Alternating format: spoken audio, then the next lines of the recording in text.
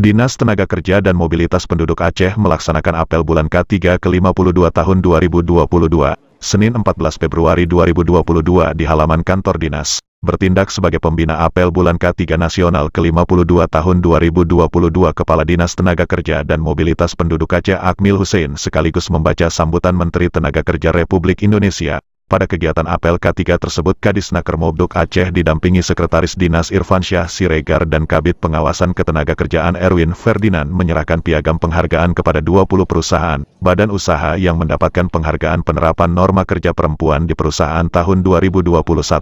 Alhamdulillah, kita hari ini dengan acara kegiatan apel K3, alhamdulillah juga kita laksanakan kegiatan donor darah sesuai dengan anjuran Bapak Gubernur dan Bapak Sekda untuk ASN. Semuanya kita screening.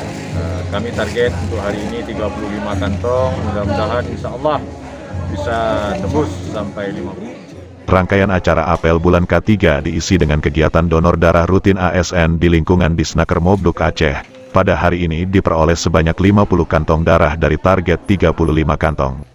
Akmil Hussein berharap kegiatan apel bulan K3 nasional ini dapat meningkatkan kesadaran para pelaku usaha akan pentingnya penerapan K3 di masa pandemi COVID-19 seperti sekarang ini. Akmil juga berharap kegiatan donor darah ini menjadi kegiatan rutin bagi semua ASN di lingkungan dinas. Karena donor darah ini sangat bermanfaat bagi kesehatan dan kemanusiaan.